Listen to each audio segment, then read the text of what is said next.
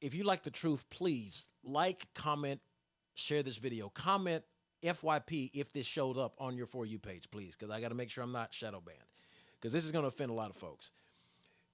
The black community was at its highest economic value when church attendance was at its peak. So what am I talking about? Well, the black community was the most Christian identifying from the 1930s to the 1960s, when the church played an essential role in spiritual life, social cohesion, and the fight for civil rights. This era centered Christianity as a defining feature of black identity and culture during that particular time.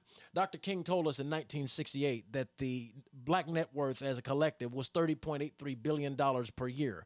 In 1968 dollars, which at the time was more than all of the exports of the United States and more than the national budget of Canada. The focus during that time was traditional families where 75% of our children were growing up in a two-parent household. So what has happened now?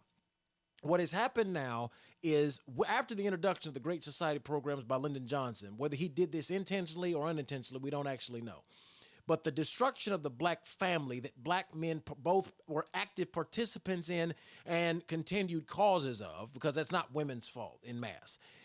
The breakdown of the black family, which was exacerbated by the federal government, led to the majority of our children now growing up without even having the opportunity for generational wealth. And this whole racism thing, this whole racism mythology has to go out of the window, because at some point we have to understand, while we were the most segregated, we were economically at our highest value. So obviously racism didn't stop black people as a collective from getting to the bag.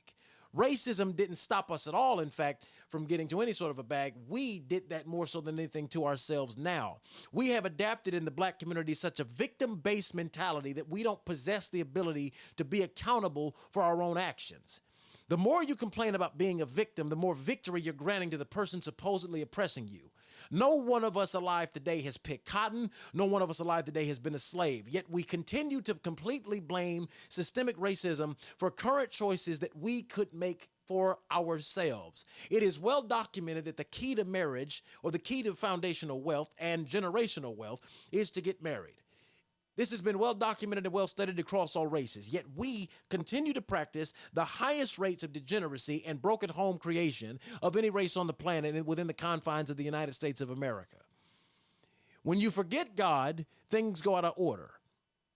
When black church attendance was at its highest, our economic value was at its highest. You know why? Because we had a moral center. But now we live in the age of do as you feel, do as you will, and we wonder why things fall down for us. We got to wake up and smell the coffee, people. If you made it to this point, please let me know. Let me know something by putting a church in the chat that you made it this far. Thank you for watching. Hope this left an impact with you. If it did, please share it with somebody. Subscribe to me on YouTube at Austin Off Script. Going to 2025, I want to try to hit 100,000 subscribers on YouTube.